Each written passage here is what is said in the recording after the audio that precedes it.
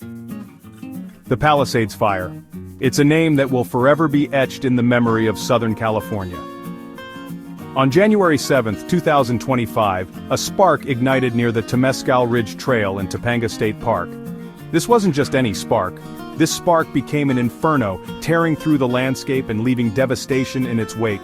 The fire, fueled by strong winds and dry brush, exploded in size.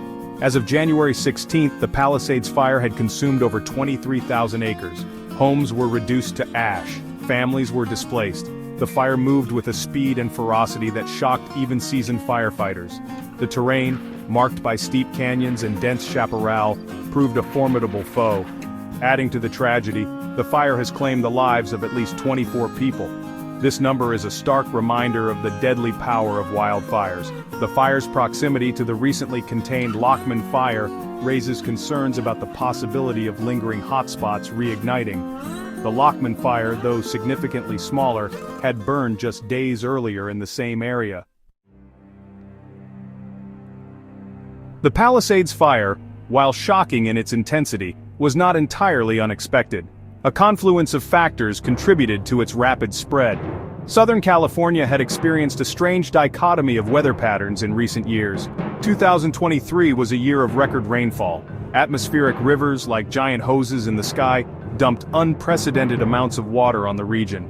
This deluge, while welcome in a state often plagued by drought, had an unintended consequence. It fueled the growth of vegetation. Then came 2024, a year of stark contrast. Rainfall was scarce, and the once lush vegetation withered under the relentless sun. It became fuel, primed and ready to burn. The Santa Ana winds, infamous for their role in fanning wildfires, added their own deadly element to the mix. These winds, originating in the Great Basin Desert, roared down from the mountains, dry and forceful. Gusts of up to 70 miles per hour pushed the fire forward, creating a monstrous wall of flames that raced across the landscape.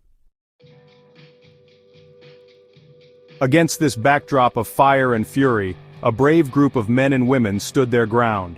Firefighters from Southern California and beyond rushed to the front lines. They worked tirelessly, day and night, pushing back against the flames. The Houston Fire Department, veterans of the 2024 Texas Panhandle fires, deployed a team to assist.